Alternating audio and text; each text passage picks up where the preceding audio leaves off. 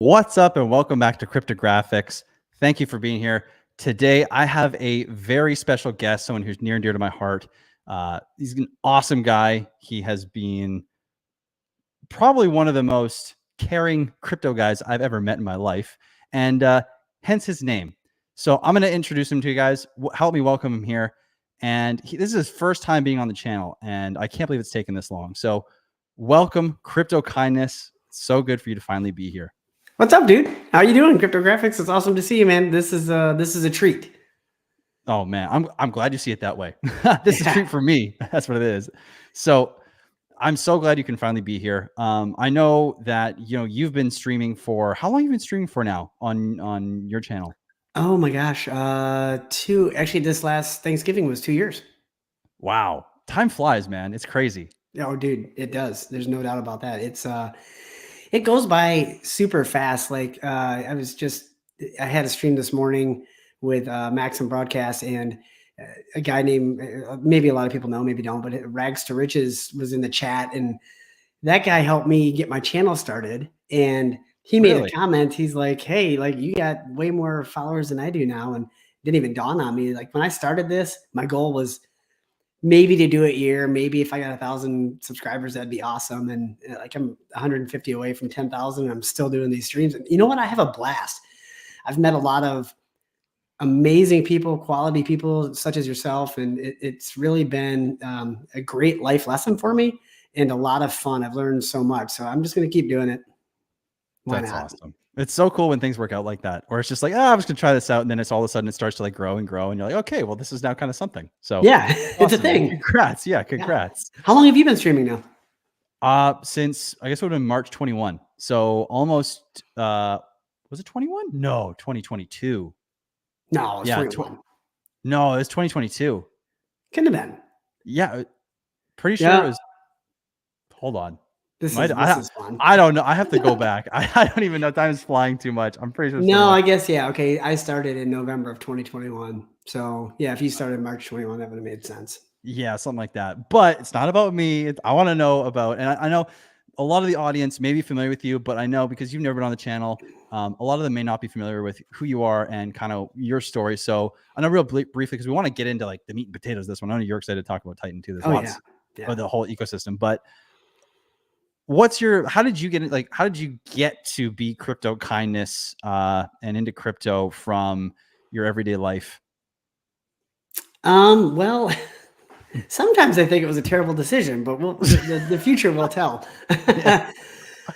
I'll try to keep a long story short, but I'm a medical device rep on my day job. And one of my clients that I got to be good friends with, he and I had lunch together, and this was 2015. He was telling me all about Bitcoin and this new amazing crypto that was coming out called Ethereum.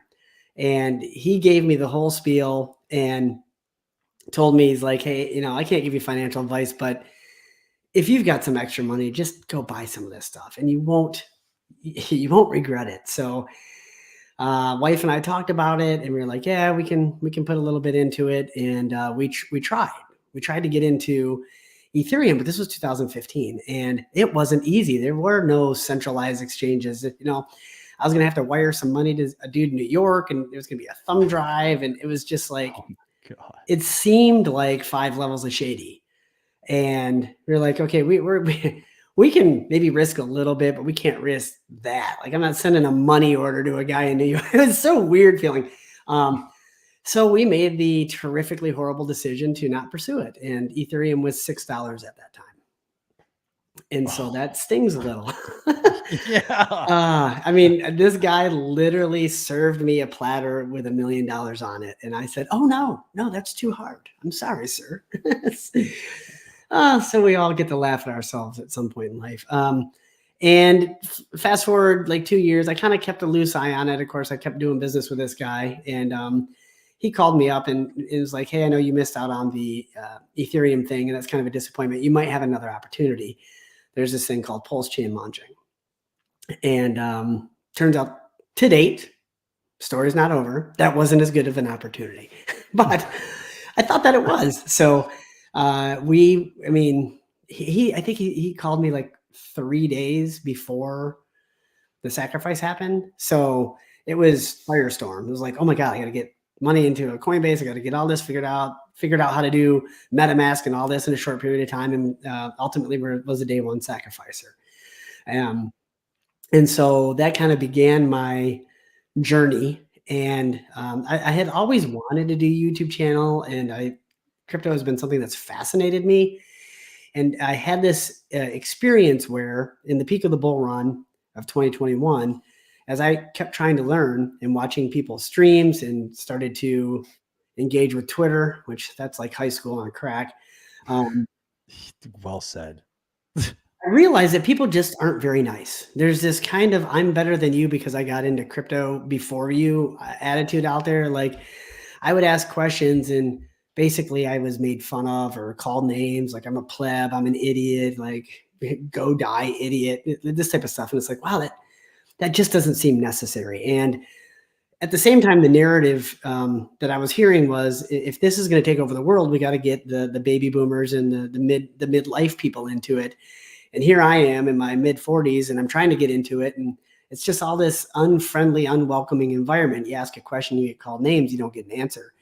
And so I was like, okay, well, I've always wanted to start a YouTube channel. And if I put myself out there, it will kind of force me to learn faster and be humble and do this type of stuff. So I was like, I'll just start a YouTube channel. And so I started a YouTube channel. I started interviewing people like yourself. You were on my channel a few times. And that's how I started to learn. And the Crypto Kindness name was, you can come to my channel and you can ask any question and you will not get called names. Your question will be welcome. It will be answered. And if I can help you, then that's what I'm here to do. And I've always told people straight away, I'm not an expert. I've made mistakes. I've made plenty of mistakes. I'm going to continue making mistakes, but I will share my mistakes with you so that hopefully you don't make the same mistakes. And it's turned out to be well received, I guess. I thought about changing my name because I was like, it's not like a really cool name. Like moving forward, it doesn't have this. But every time I go to change it, I'm like, nah, I just like it. It is what it is, and that's my brand. And I don't need to have 100 million followers or have this cool title. I'd rather just be nice to people. And if I can help one or two people not get wrecked like I did, then I've accomplished my goal. That's really cool. Yeah. And I think it's so apparent when you're in the space too. It's just like, it's just cutthroat and everyone's got the same attitude. Like, there's this just, it's difficult to be new in the space or to ask questions and not get the walls and chairs and everything thrown at you, for asking these questions. Yeah. When you're really just trying to figure things out. So I think it's so nice that, there are good people in crypto. There's a lot of guys that are streaming that are quite good and they're educational, but it's absolutely nice that you use that as your framework for the funnel that people come into. So it's like people know when they go to you, like everything's welcome. I think that's really cool. Yeah, thank you. I'll tell you, it's been hard because I do recognize. I see where some streamers might get frustrated and some people like in Twitter or whatever might get frustrated because you can only say the same thing so many times before you're like, okay, come on, guys, you actually have to put in some of your own work. You have to do some of it. We can't give you all of the answers. And they're in one way you're almost handicapping somebody by making it too easy for them. But I also don't want people to make the mistakes I've made. I mean, I've made mistakes with a lot of zeros on the end, and that's not fun. I can tell you that much for sure. Yep. We've both done the same thing then. So yeah. It is. So that's kind of my story. That's cool, man. Well, and here we are today, both of us now on stream finally after knowing each other for almost feels like a couple years, 2-3 years now, which is I think we streamed together maybe the first time early 2022. So it's been a little while. That was fun. Remember the PulseChain streams back in the day going over like price predictions, and boy, were we wrong. And how did those turn out? Yeah. Oh yeah. So we can all I can laugh at myself, and I can and just the expectations we had. And speaking of PulseChain, so guys, what this stream is, if you have seen the thumbnail, if you've seen the title, we're doing an AMA. So we're going to start with PulseChain. I'd like to move through PulseChain, PulseX, HEX, the RH ecosystem, and then we're going to slowly move into Titan, Hyper, and some other goodies as well. So if you guys, real quick, let's just check to see who's in chat here. I see Crypto Compassion, who, hey, crypto kindness. We got compassion. What else? Yeah. Who else I is know here? John Boy. Is there a crypto? I don't know. What other words are there for? Crypto empathy. Yeah, Crypto exactly. niceness. Crypto. Yeah, exactly. DJ and Doogie, what's up, my man? Ahmed, hey. We got Fast Abdul in here. Tell me your secrets. Maybe. We'll see. You gotta stick around a little bit longer to find out those ones. Godfather J6, welcome. Izzy Money, Sandro, 2 a.m. for you, man. Thank you for being here. Jeez, I appreciate that. Got Hex Glenn, got Hexiest Man in the World, Jay Jay Everything, salute. And we already got a super chat from Volt. Thank you, man. Nice. Appreciate you, brother. Thank you. You are the man. Let's see here. We got my boy Derek. What's up, man? Good to see you. And Volt says, is there any chance PLS ecosystem recovers in this next bull market? Would love to hear your take on that. Well, I'm happy to share my opinion, and that's all it is. But I've got my thoughts, and of course, yeah, there's certainly a story that can be built that will support PulseChain. There's also a story that can be built that doesn't. But I like to stay on the optimistic side. And the biggest thing that is, I believe, very positive going for PulseChain is and I'm blanking on the name of it, but basically the government oversight agency that is partnered up with MetaMask. JP Morgan? No. It's a watchdog it connects to the blockchain, and anybody that's touched Tornado Cash, they just freeze their wallets. Oh, I can't remember what that one's called. No, I just saw a big article on it too. But anyway, so how long does it take before people get tired of that? And they realize that perhaps Ethereum isn't fully decentralized if this bird dog type of software can be attached to the chain and freeze people's wallets. And then they're going to start maybe looking to go somewhere else. And sure, there's other options. But how decentralized are those other platforms? And, you can make an argument for AVAX, or you can make an argument for maybe Solana, because Solana is not an EVM, so it works differently. A lot of the secondary chains, Polygon, Arbitrum, Optimism, they're all directly connected to Ethereum. So if a wallet's blocked, it's blocked. So there is a certain kind of small storm on the horizon that's happening as the government tries to shut down crypto more and more. That could very well be a funnel to PulseChain. Also, the one thing I like to think about is if you think back to the last cycle, HEX didn't really start pumping until after the Bitcoin top and after the Ethereum top. So perhaps there is a reasonable argument that maybe PulseChain and PulseX won't start pumping really hard anyway until after the Bitcoin and Ethereum top. So the story's not over. We're in the middle of the book, the thick and juicy drama part. Mm-hmm. And let's see how it ends.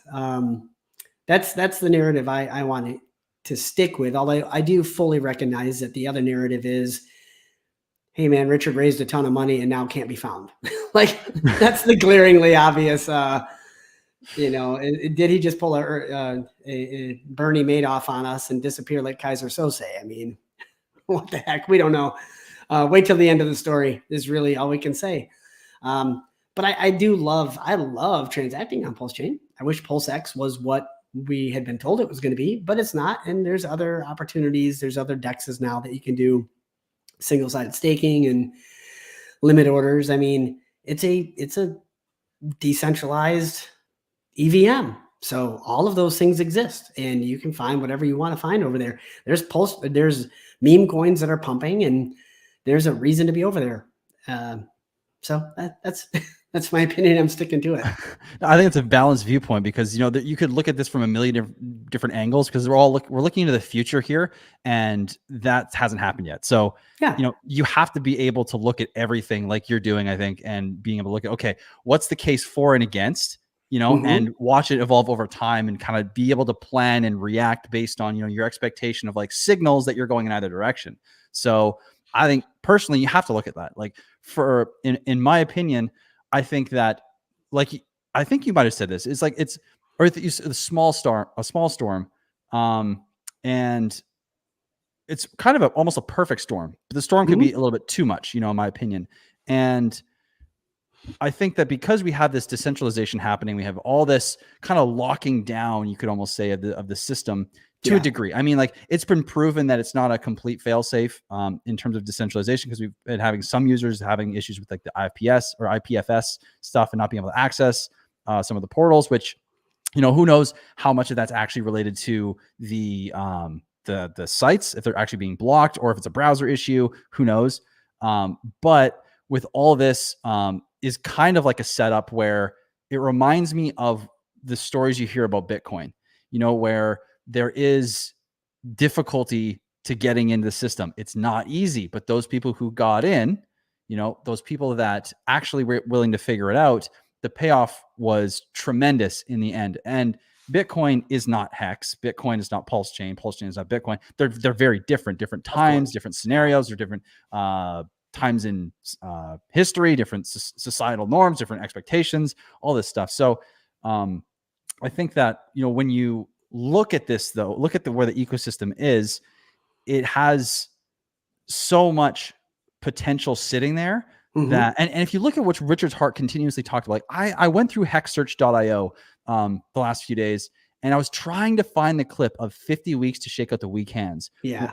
We have this meme that's been passed around, and I can't find that clip. What I can find, though, is him continuously talking about this idea of 50 weeks to shake out weak hands when related to HEX, when related to what is other things he was talking about. And so I don't know about that meme specifically, but he has been talking about this whole 50 weeks. And what I posted about a few days ago was, I did the math from, and you could do this within 2 days, because technically PulseChain launched on May 10th, but when it went public, it was May 12th. So if you do 50 weeks from May 12th, that's April 26th, 2024. That is right around the beginning of the halving for Bitcoin. And so if you are someone who is like, when we think about Richard Hart, we think about, like, oftentimes, there's no skirting around the fact that he's a highly intelligent individual in this space. Like, he knows his stuff. He's above basically everybody in terms of his ability to understand and act accordingly based on his knowledge, right? So we got to give him that. And because of that, when we start to piece all these things together, it's like interesting that, May of 22, we were like, oh, it's launching. And then, oh, sorry. And then, but May of 23, we actually did launch, which lined us up perfectly with the Bitcoin halving, if 50 weeks is our shakeout period, and this just so happens that he's referred to shaking out. If you go on hexsearch.io and you type in shaking out, or even weak hands, you will find these clips everywhere of him talking about this. Like, so how do you do this? And he's just like theorizing on like getting people out of the system, so that way by the time it gets to the bottom, the only thing left to do is go up. Right. And so I really do believe that that's kind of what he's going for. I don't have expectations or that he's going to be the one to do anything at that point in time, but I do think deep down that there's something there that he's allowing to happen over this time. And if this is the case, and the SEC stuff gets resolved and proper conditions are met, I do think that PulseChain could still perform, quite well. The ecosystem is blooming right now, with so much going on. And I mean, I think we're learning the hard way that, sacrifices haven't been exactly going well in terms of, investment strategies, but who in the long term, we may all forget about this. So, but to the counterbalance, I do agree with you. There's so much that could happen in between now and then. And I don't really see too many cases where HEX, PulseChain, and PulseX completely just perish. Like, I don't see that really happening, but I think I can't see the case for that. But what I can see the case for is just, less adoption, less gains. But I do think that there's still a lot of time between now and then. It's impossible. But yeah, that's my take on the whole PulseChain ecosystem right now. Yeah, it's an interesting place to be because It's challenging. We've heard Richard say over and over again, the people that do best in crypto are the people that are earlier and are the founders. Well, right now, everybody that was early in PulseChain and PulseX is not doing well at all. Mm-hmm. And it's frustrating to sit back and see that, we did sacrifice. And of course, I know people say no expectations of others. I get it.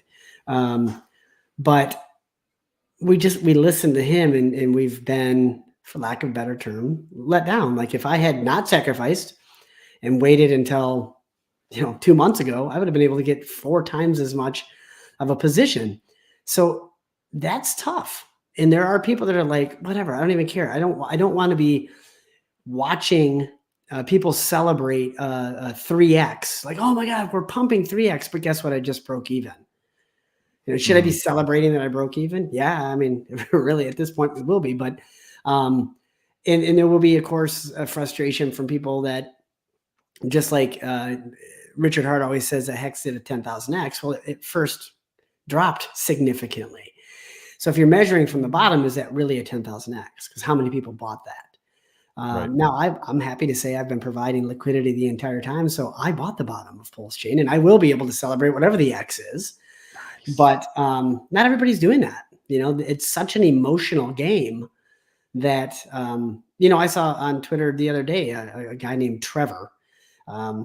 That's a long time kind of diehard Hexican. He even said, like, hey, we got to stop kidding ourselves. Nobody's happy with any of these until it gets above SAC price. So stop, pumping your fists in the air and saying like, woohoo, we're up 50% or we're up 100%, because we're not. We're all down. Mm-hmm. Everybody's down, except for the people that, maybe you could argue were smart enough to not sacrifice. It's a tough place to be. And I don't want to come across, I've heard people say like, oh, you've given up on the ecosystem, you're fudding. And it's like, no, I'm just saying what most people aren't comfortable saying. Everybody's thinking it. Most people won't say it because they're, there's this concern about being an outcast from the community. Sometimes that's a good thing. Mm-hmm. Well, you know what? Honestly, I would agree with that as I'm starting to, a lot of time, I love the Hex community. I love the PulseChain community. But like any community, when people get a little bit things get a little too close to home, it can, when you try to go a little bit of a different direction, it can seem like a dagger, and then it comes across as defending from that dagger, and it doesn't feel good to be a part of, honestly. But the good news is that, all you got to do is just do your own thing. And as you found out, because I know you went through that process, you started doing your own thing, and you've been doing great, it looks like, on your end ever since. Well, I put on a good show. I'm not going to lie. It was tough. There were periods where I just had to walk away and say, like, why am I even doing this? I don't need this in my life. But it honestly has made me a better person. It's made me a lot stronger, made me realize many things. I've learned, I've learned so much. Like the lessons I've paid for dearly, but they've been very valuable to my life. And if and when it reaches a point where I just close the computer and walk away, it'll have been worth it. It'll definitely have been a heck of a lot more worth it if Pulse does 100x from sacrifice, not from bottom. Yes, exactly. But yeah, we'll see. I've built some relationships through the streaming thing that will bring me tremendous value over the course of my life. And that's more important to me. Oh, I could not agree more. That is actually something recently that, because like I was telling you, now everyone knows I was traveling for almost 3 months over the past little while. And that was one of the things I learned. I went to some pretty amazing places, and, some of the places that I went to sooner to the beginning of the trip, some could argue that it was nicer, that it was this, that it was that. But the places that I met people and connected, that was when I felt like the trip really started. And those connections I'm going to carry forward with me the rest, like amazing people that I met. And, even before that too, just being, like you said, just being crypto and streaming and connecting with people in this space, like those connections are the thing that's made this like the most worthwhile by far. Like, obviously, it's fun to learn all this, but as Shane's saying here, networking is the most important thing in crypto. And Shane knows. Shane knows. Shane knows what's up. Shane knows what's up. I believe it. Yeah. No doubt. I mentioned on one of my streams casually the other day that I'm going to be in Puerto Rico over the new year. And I got like 3 messages like, hey, I live here. Come on, stop out. I'll take you surfing. Stop over here. We'll do this. And I've never met these people, but I wouldn't even hesitate twice to take them up on it, because there's just kind of this mutually shared agreement that hey, we're in this together. And there's that kind of that brotherhood like bond. It's like, yeah, cool. Let's get together. Don't even think twice about it. Love that. That's so Yeah. cool, isn't it? That you can just, because you're putting yourself out there, people can reach out to you, and all of a sudden, you know, you go to Puerto Rico and everyone's hitting you up like, "Hey, come surf. I got you. I got you this. I got you that. Like, Yeah. I got a home for you. I got this for you." And it's just like, It's cool. like, it's so cool. And real quick, I just want to remind you guys, please put your comments in the chat as well. We want to engage with you too. I know we're having a conversation here, but it's with you too. So ask us anything. I don't know, PulseChain, HEX, Titan, like whatever. I know we're talking about PulseChain right now, but yeah, throw us anything you can. Yeah, yeah. I don't know how many people we have live. I accidentally logged in a different browser, so I can't engage. But Gotcha. I wish I could get into the chat and say hi to people. But yeah, I would love to hear questions. That's what makes it more fun. I mean, sometimes when I have a guest on, I do my best to focus on the guest and not so much the questions. But the last few streams I've done have been a freaking blast. I just talking with people, and you get to rapping, and the next thing you know, I'm like, oh God, it's been an hour and a half. I got to go to work. Yep, they tend to go like that. Yeah, I know. I it's think you fun. actually made that comment this morning. I think I was watching like the tail end of when you guys were wrapping up, and I think you made that exact comment. Like, here's another hour stream gone to like over an hour and a half, and yeah. Yeah, exactly. So I mean, I'm historically the interviewer, so it's going to be hard for me to not like ask questions. But what do you want? What did you want to talk about when you reached out to me? Which, by the way, I want to share that I'm incredibly honored to be on your channel. When I first started streaming, I looked up to you, and I still do. You're so technical, you're so in depth, and you have such a really unique way of explaining things so that it's relatively easy to understand. I've always been the interviewer. Like I'm not the smartest guy. I'm not all the technical stuff. So I don't get invited on other people's channels very often. So this is cool to me that I actually got invited onto a technical guy's channel.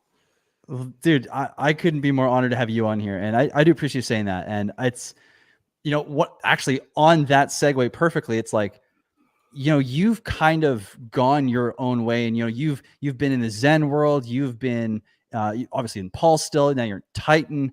And you've been through a lot of these different ecosystems. And what I know is going through your brain is you have an understanding of these things and how they apply to something like what I'm seeing coming up in the comments here is Titan. You know, we're seeing that pop up. Mm-hmm. So when you look at PulseChain, HEX, Zen, all these protocols that you've been learning about, you know, since you've started your journey, what is it like?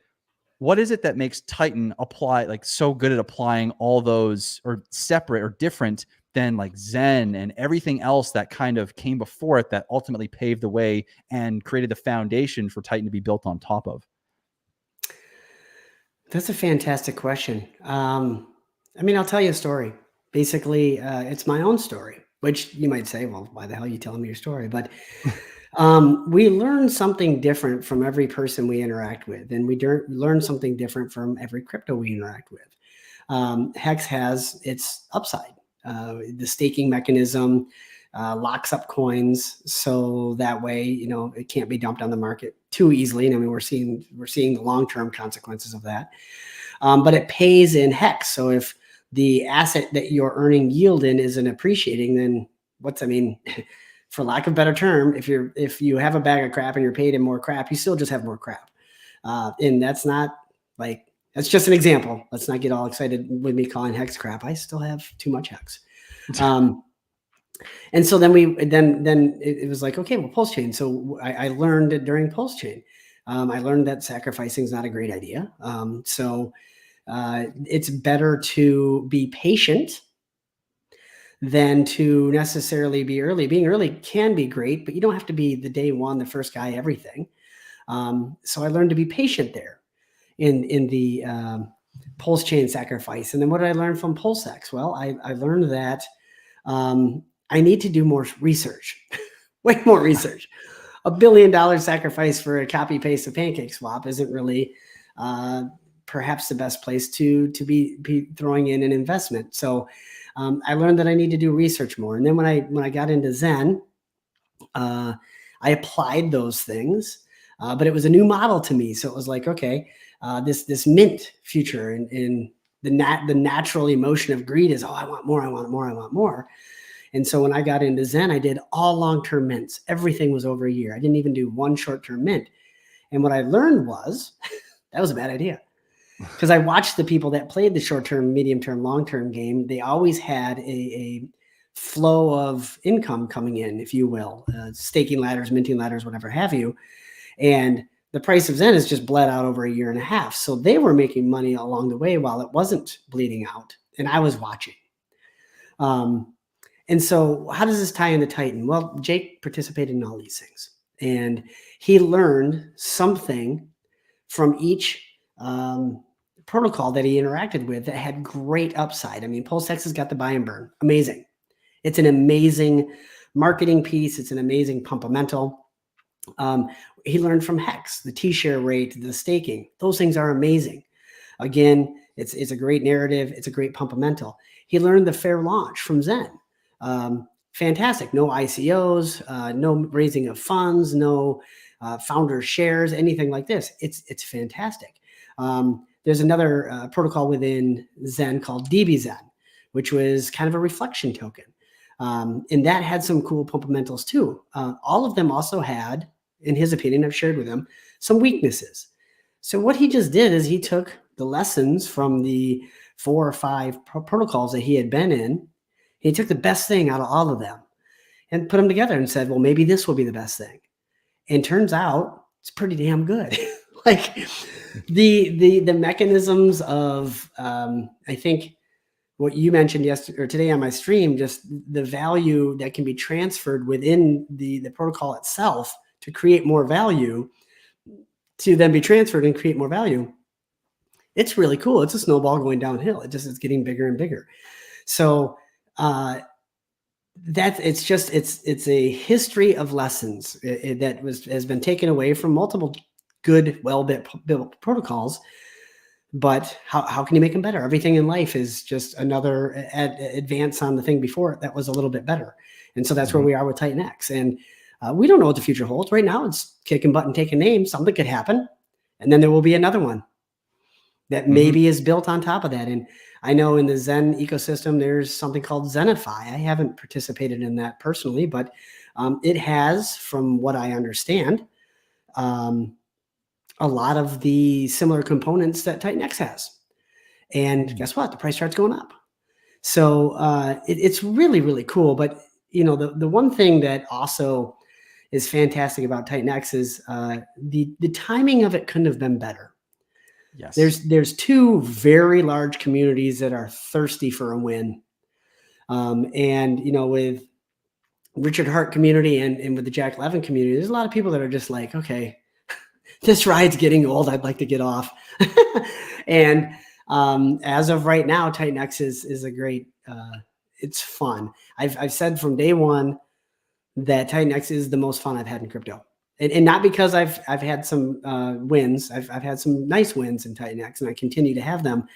But it's actually fun to participate in because there's so much game theory. It's not just buy, stake, and come back in 5-5-5-5.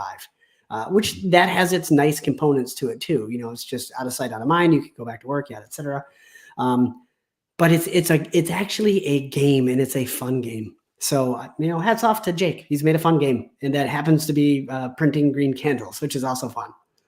100%. I do really think that Jake created something really special, you know, within TITANX. You know, like you said, it takes elements of everything that were working really well.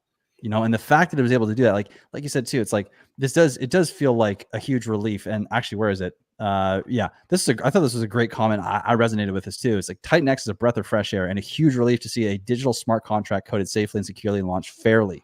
It shows the power of the blockchain community all working together. And I agree. It's been just so nice to have something that has come out that, like you said, has game theory, has everything in it. But then also, like, a lot of the people involved are really focused on educating, and they're welcoming, and it's a different vibe, you know?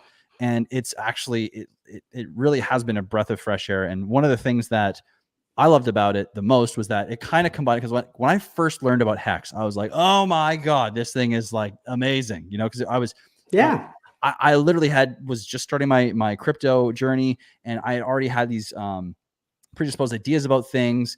and or especially because I looked at like Bitcoin, Ethereum is like, you know, old tech. It's been around for a while, like especially Bitcoin, but the new things were going to come along. And I felt like that was, I didn't know what it was, but that was what I was looking for. When I found HEX, I was like, maybe I think this might be it. This actually might be it, you know? And then I started to learn more, and then I got really into, obviously found out about PulseChain, and then learned about PulseX. And then Hedron and Icosa came out, and man, those two combined, that was like, I thought that was the most fun I was having for so long because of how much game theory there was in that. And I see that same, I get that same feeling out of TITANX that I got out of Hedron Icosa. But I see that because I've learned so much about the systems and how positive feedback loops, or even a leaky part in one of the systems where, you know, there's a value drain could eventually drain the whole system. Like, unfortunately, you know, we've seen in Icosa, which is why V2 is coming out at some point here. But that's a whole nother conversation. V2 is coming, guys. Be ready for that. I didn't even know that. Yeah. V2 is coming at some point. I know Alex is probably hard at work, but he posted in his Telegram a while ago. V2 is hopefully on the way. I thought it was Q4, but maybe it's Q1 2024. But that's a whole other thing. But cool. Hedron Icosa, yeah, reminds me of TITANX in a way and all the game theory.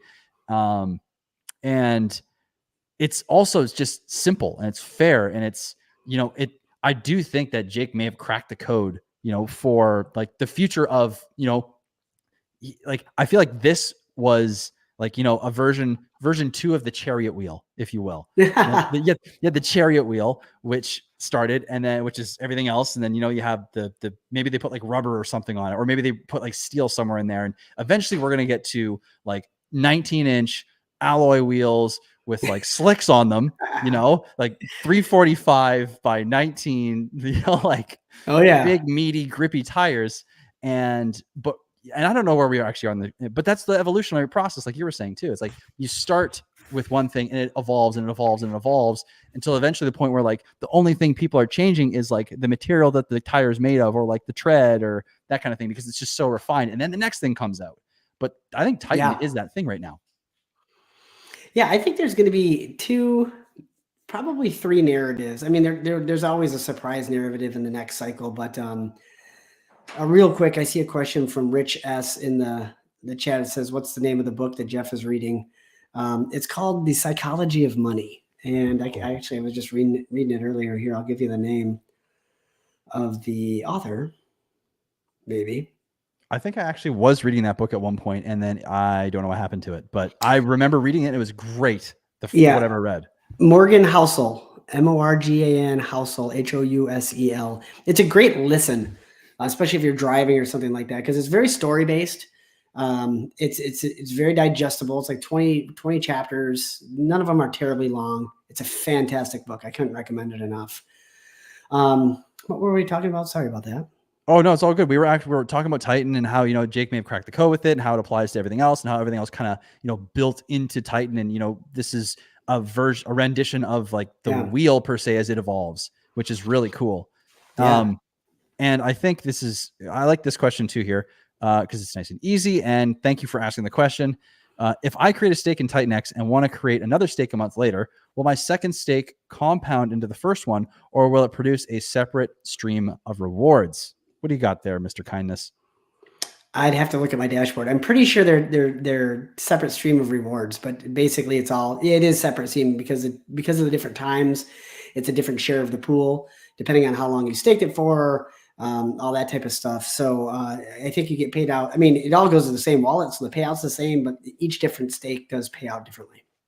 Yeah, because you're getting different shares, different numbers. Like basically, the shares will accumulate into your percentage of the pool. But yeah, it's not like it's going to compound or anything like that. They're just going to be technically separate additive streams to the same payout, if you will, you know, because you get paid on the same day based on how many shares of the pool you have. It's not like if you have a stake that you started a month later, you're going to get paid on day 28 of the cycle. And then the next one will get paid on day 29. Everything comes out day 28. Everything comes out on day 8, the whole 9 yards. So I think that answers the question.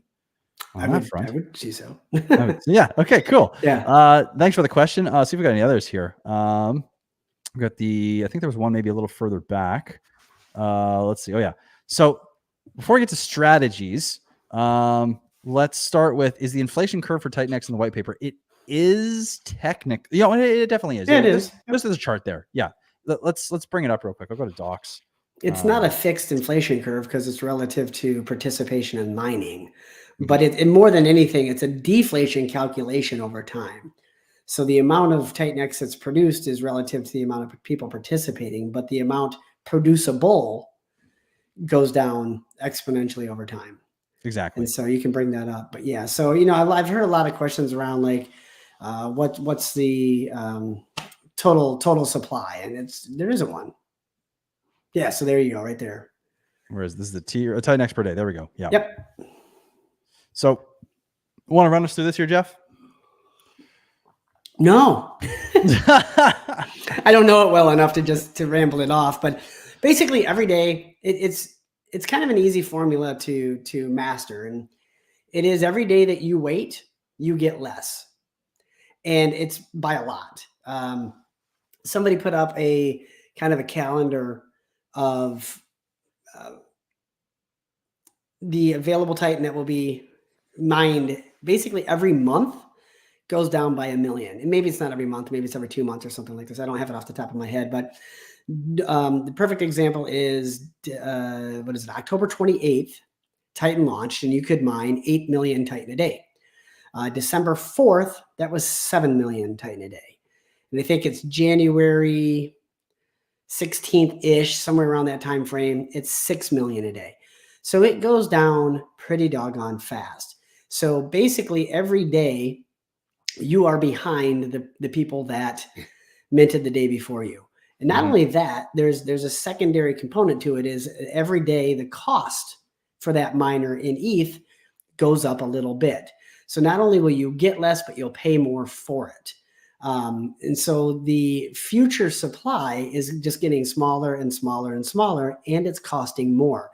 So that's another game theory that I didn't even think about. But the price to produce Titan on day one is going to be significantly less than the price to produce Titan on day 90. And so when people ask, like, what's the floor price for Titan? It depends on when the person that's about to sell Titan minted their Titan. Everybody's floor price is a little bit different. But as people sell, if they want to replace that, they have to mine more, and they're going to have to wait longer to reproduce what they sold, and they're going to have to pay more for it.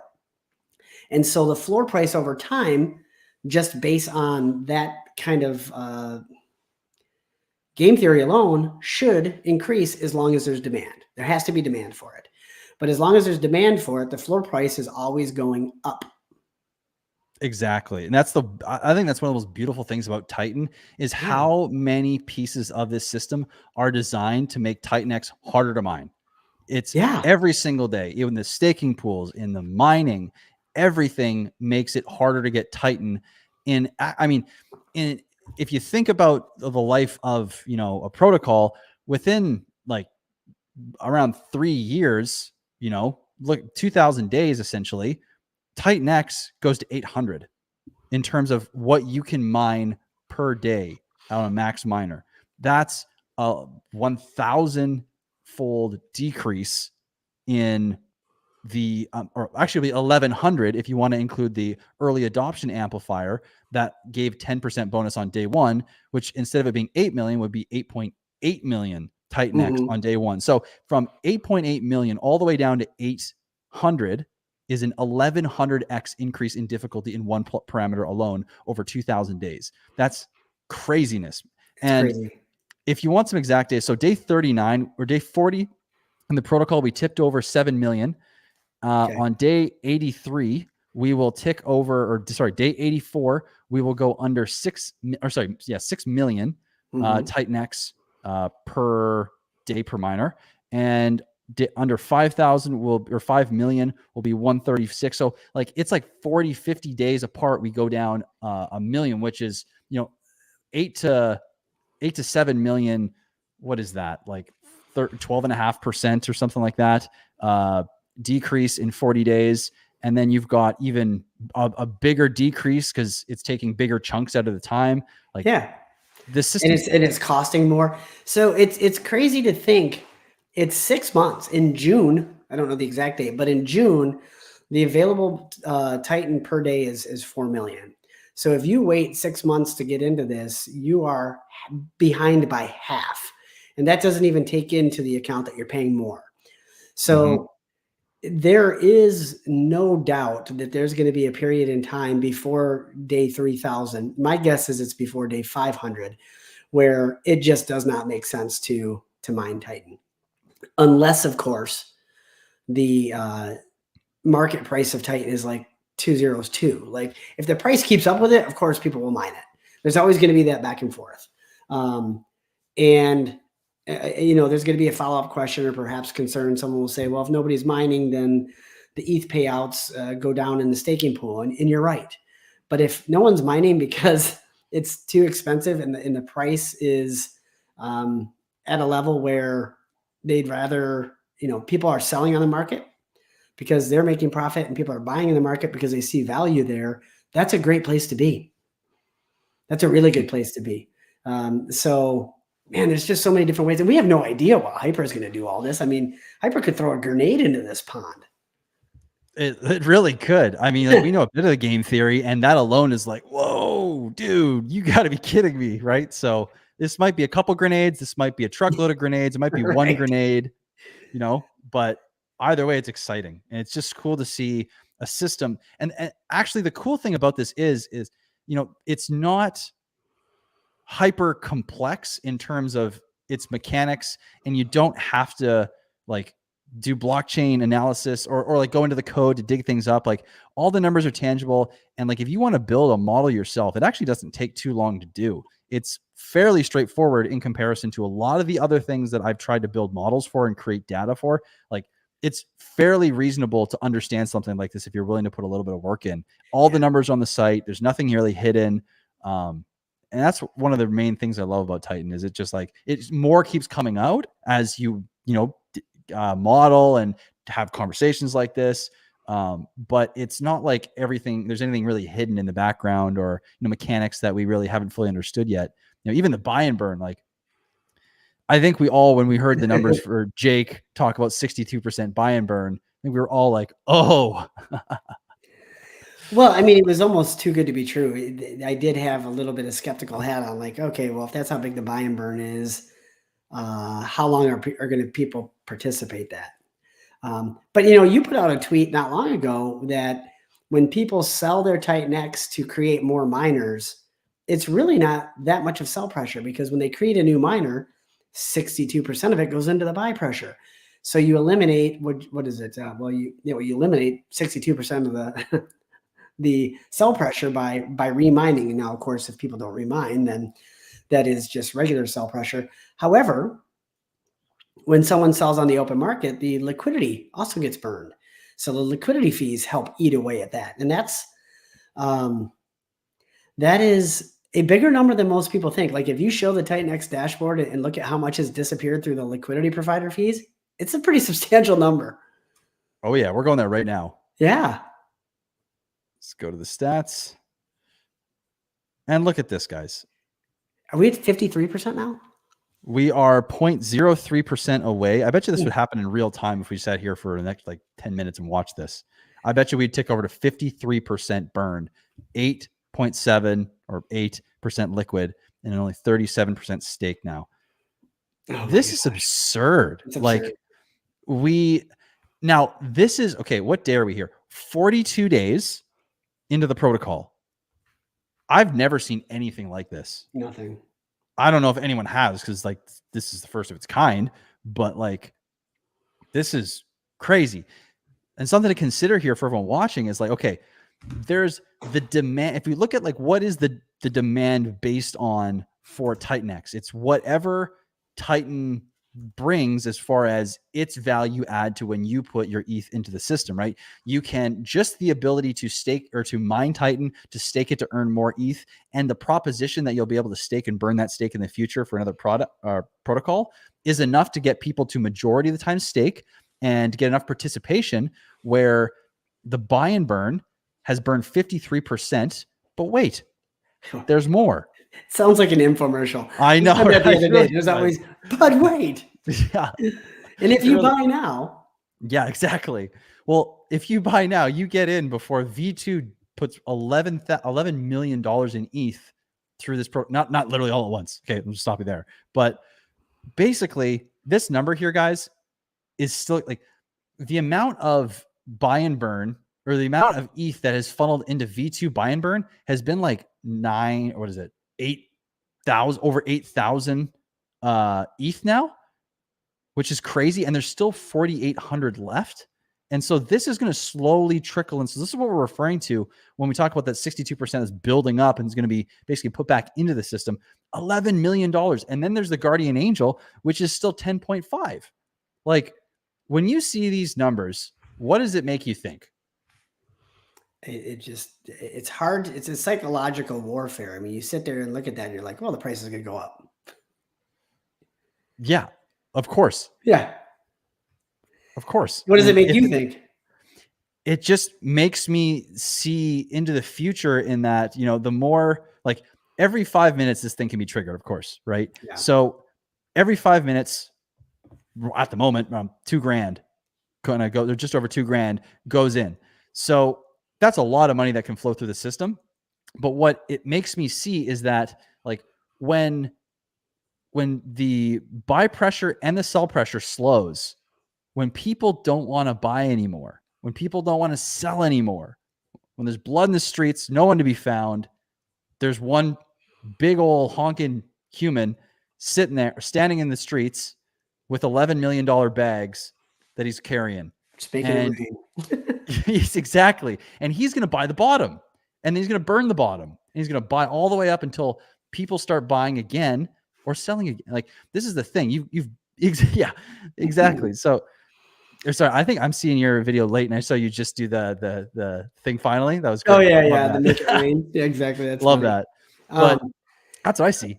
Yeah, exactly. And another, like, kind of, I don't know if you can make your screen bigger and show what's happening with the liquidity pair. You got to go to the stats. Go to the stats page. Yep. And look at how much has been burned in LP fees. $110,000. Yeah. In 40 days.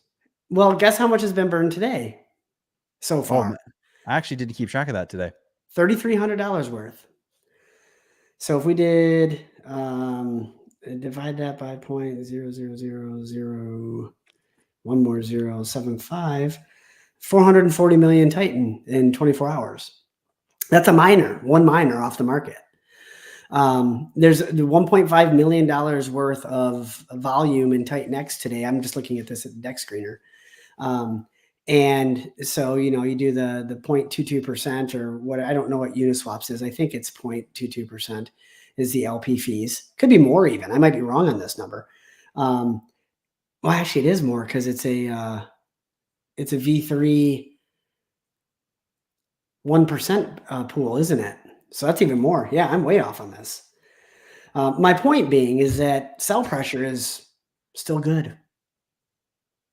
Oh yeah, exactly. It's crazy. I mean, it's burning when people are selling. It's burning when people are buying, regardless of the buy and burn.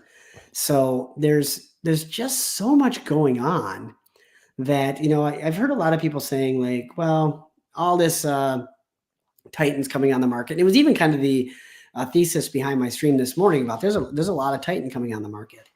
And are people going to dump? Are people going to stake? It doesn't matter. It doesn't matter because, like you said, you know, you and I used to stream with K4K, and he would always talk about the buy and burn of PulseX as the big berry buyer. It doesn't matter if the price is up. It doesn't matter if the price is down.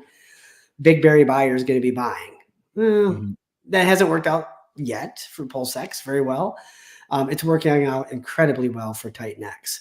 And so there's a lot to pay attention to. Every time I think I need to get bearish, I learn something else, and I'm like, oh yeah, I forgot about that. I'm bullish again.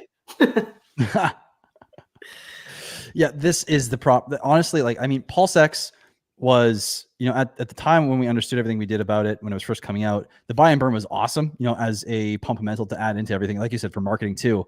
But, you know, looking at a maximally efficient system, this is the way to get it done. Clearly, I mean, like, and when Hyper comes out, that's going to change everything, because I want to get into this Hexpedition. I see your questions and you're asking some great ones. I'm going to go to you in a second, but I want to start with base clips here. And I was going to go to that too. And Ryan Torres kind of asked, these two questions are in tandem. So Ryan Torres asked, what protocols would you like to see built on top of Titan? And Based Clip says the mechanics incentivize being early, but disincentivize those are late. It's kind of a double-edged sword. And believe it or not, because these questions sound like they're completely separate, they're actually like integrally connected here. Mm-hmm. And when you talk about this question, the mechanics incentivize being early. Yes, 100%. Well, what does that do for the future? It provides a lot of users that are already in the system. What happens when the difficulty measures of Titan get too difficult and nothing's built on it? Well, I mean, obviously you're going to get you're going to get less people involved unless for some reason it goes viral. But what happens if in the midst of the early incentivization, where a lot of the supply is coming on, you build things that burn TITANX and that incentivize getting into these other parts of the ecosystem as well, and create this positive loop of engagement? And basically TITANX is like the door to all these other things. And TITANX is no longer necessarily like the opportunity per se, but TITANX is the gateway to the opportunity, and I think that you have to look at it like that, where now is a different time than in the future, but both function differently, for the health and the longevity of everything built on it and for TITANX in general. I'd love to hear your thoughts on this too. Yeah, you brought up far more technical and impressive points that I'm going to bring up. But there is something important about the value of scarcity. And so, yes, you could say that late users or people that didn't get in early may be disincentivized, but I have more questions to ask surrounding that. How are you defining late adopters? 1 month, 2 months, 1 year? And second of all, I have a counter argument to this. Oftentimes being first isn't best. And I'll give you an example as to why. The people that were there on day one, many people made 8-day, 28-day, and 90-day stakes. Well, if they had just waited a day, they would have learned that the clock for the timer started at 1, not 0. So all those people that made those, I'm sorry, I said stakes earlier. I meant miners. Those 8-day miners. I do the same thing all the time. It's brutal. It's brutal. Yeah. But all the people that made those 8-day miners made them for a period of time, which they're not going to be able to capitalize on the staking pool, because the miners are going to come out the day that the stakes pay out. So by being early, they missed nuances. And so they made decisions based on incomplete information. By the way, I'm raising my hand on one of them. So sometimes there's an advantage in being later, i.e. the PulseChain sacrifice. 2 years later, 2.5 years later was way better than day one. And also you have to have scarcity. If everybody has the same opportunity to get the same number of coins every single day, then there is absolutely no value in that. Because everybody has the same. I know people are going to hate me for this, but right now that's where Zen is. For the last year, everybody's had the same opportunity to get the same amount, and they're going to continue for the next year. Now, of course, the price of Ethereum is going to be a limiting factor, but there is no real scarcity. The scarcity on that is going to be a long time from now. So it's not as easy as disincentivizing late people. Early people have an advantage. There is advantages to actually being patient and not doing anything, or perhaps just staggering your approach. Yeah, I want to be in day one to catch if it moons, and I want to be, maybe wait a week and kind of see how the ecosystem matures and learn the tricks and the trades, what's good, what's bad, all this type of stuff. Wait a month to make sure it's even still around, because how many cryptos don't even last a month? And, to a cryptographics point, like maybe even wait until the next protocol built and see, is that going to be a catalyst for the continued adoption of the base product? I mean, you look at any stock, and, heck, Apple's how many years old? And people are still buying it because Apple still is creating value. And Amazon is always buying new companies and trying new things. And every now and then one of their new companies is a big win.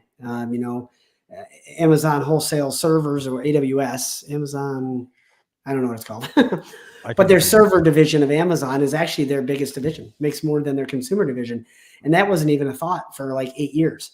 And so as long as there's new protocols being built on TITANX that have actual value, Hyper's probably going to be one of them. Other people are building things. There's always a reason that being late can still work. So I understand the question, and there's always a feeling. It kind of comes from an emotional standpoint of, oh, I missed it. And oftentimes, like if it's a meme coin, yeah, you probably missed it, unless it's the one out of 1,000 that are launched today that does something. But don't panic. Like I'm still sitting back and coming up with new strategies. Do I want to do this long of a miner? Do I not want to do any miners and just hold tight? Am I going to stake? Am I going to sell? Like I'm still continuing to do my analysis, and I've gone slow the whole time. And that's the lesson I learned from 2.5 years of losing. And it's helped. So don't feel like you've missed anything. Just use that to your advantage in being very critical of what's happening and thinking through your decisions. I think you put it perfect. I don't even have anything to add to that. I think you absolutely nailed that, dude. Yeah, you were just saying like, I don't have much to say. Dude, you nailed it. That was perfect. I got to pause here though for a second and say thank you to Jay-Z Hexing for the $100, man. That is very generous of you. Yeah. I really appreciate that, man. That's very kind. Appreciate it a lot. He did the same for my stream this morning, so I don't know if he just like got paid today or. I'm just kidding. Oh man, you know, in a good mood. Let's go with that. Just the Titan talk gets everybody fired up, man. I love watching him and his wife on Twitter. They're awesome people. I know he hosts a lot of the HEX gatherings, and just I can tell. I look forward to the day that I get to meet him. Just genuinely good people. Mm-hmm. I've been noticing. I've been chatting a little bit with Jay-Z recently, and not Jay-Z, but Jay-Z. Yeah, well, I mean, our Jay-Z. Not yeah. I'm not that kind of human yet. You know, not that kind of status yet.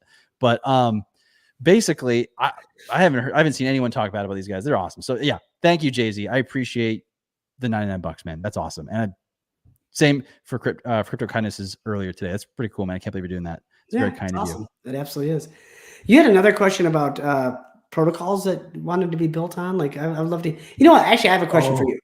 Okay. Before we get in that, and I 100% want to get back to that question. I can't remember who asked it, but oh gosh, what was it? It said, what type of protocols would you like to be seen built on TITANX? If you can find that one, we'll get to it. But yeah, I think it's my question for you is, you have been, as far as I have paid attention, relatively devoted to the Richard Heart ecosystem, staying with HEX, PulseChain, PulseX, and anything else like the Maxis, the Trios, the Icosis Hedrons. But you've been pretty much involved in that ecosystem. And as far as I can tell, I could be wrong. This is your first like major step outside, kind of all in. I'm going to be creating content on this. I don't care what people say. So my question to you is, what is it about TITANX that made you take that leap? Yeah, outside of your comfort zone? Yeah, it's a good question. I mean, you know, when I saw HEX, with the level of knowledge that I had, you know, I was pointed in the direction in terms of what I was looking for that thing that was different, but not too, it was a remix, but a new evolution. And like we talked about earlier, like evolution is usually where successful things come from.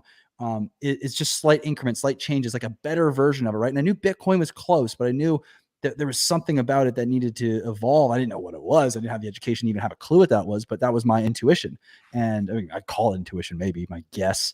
But I found HEX and was like, okay, I think this might be it. Yeah. And through the last year and a half, you know, I've put in so much time into modeling, into strategizing, writing, creating content, talking with guys like you and others, and getting heads together and just figuring things out to such a minute micro detail that I've started to, and then ultimately to watch things that I thought were going to be successful kind of dwindle and, you know, not fall apart or die, but you know what it feels like in the pocketbook, you know, yeah, that's what it felt like, you know, exactly. Like, and so they didn't perform anywhere like they were supposed to based on my understanding of them. And though that happened, it was an incredible learning opportunity to see where those holes were. And when I started to learn about Titan, the switches kept going off. It was like, there's a lot of boxes that got checked right away, and then boxes that I didn't think about at all were there, and those were getting checked, and those were getting checked, and those were getting checked. And when I started modeling and looking at the system, it was just kind of, it became incredibly apparent to me that there was something special here that had been built, and it could not be ignored. And the way I like to work on my channel is, if I'm excited about something and I'm going to participate in something, I'm going to talk about it, because I'm going to put my money where my mouth is. And I don't want to just, like, if it's something where I'll throw $50 into it just to try it out, like, I might not talk about it. But if I'm actually going to take a stake in it and be like, okay, I like this thing, I'm going to participate in it, like actually participate in it, then I'm going to talk about it. Because if I believe something's worth doing, I believe it's worth getting other people to understand, to see if they come to the same conclusions that I do, So in a long-winded answer, it was just obvious that something was here, and then the more I have conversations with people, the more, like, the amount of people that I talk to that aren't public about it, but still are like, dude, there's something, like, people are starting to talk too. You look at people that have been public, Regs or Riches is starting to talk about it a little bit. You got Crypto Coffee say he's got his eye on TITANX. I mean, the list goes on of people that, when they're public, you'll see them too. But there's a reason I'm talking about it, because there's something here. And I truly believe that. Yeah, it's cool. It is cool. I mean, just look at your chat. There's a lot of people that have been pretty well devout RH ecosystem people. And I noticed it this morning, starting to show up in TITANX chats and starting to kind of like, maybe we shouldn't ignore this. And we'll see. I have no idea what the future holds, but right now I'm having fun. And that's really what matters. Making crypto fun again. Oh man, it's about time, honestly. Like crypto was cool to learn about over the last 2 years, but my God, is it better when you're learning about something and it's fun, I almost forgot what that was like. And that's why I took breaks. It also, because I was going a little loopy, but it's great. And like AJ said here, TITANX has pulled me out of the depression of everything else that's been happening with our ecosystem. I'm grateful I took the chance with Jake. I'm excited once again. I feel this energy everywhere from everybody, and it's infectious. It's really cool to have this fire kind of lit in our side of the market again, in crypto. It's been so much fun. Yeah. Really has. The unfortunate thing is that it's on ETH. So, I mean, that's why it has value, because ETH has value and it's tied intrinsically to ETH, which is going up. So that's part of the reason of the value behind it. But God, I don't miss freaking $70 swaps and the days. I was so excited for PulseChain because I was like, oh, I don't have to do the Sunday morning 4 a.m. Like, I need to make a swap thing.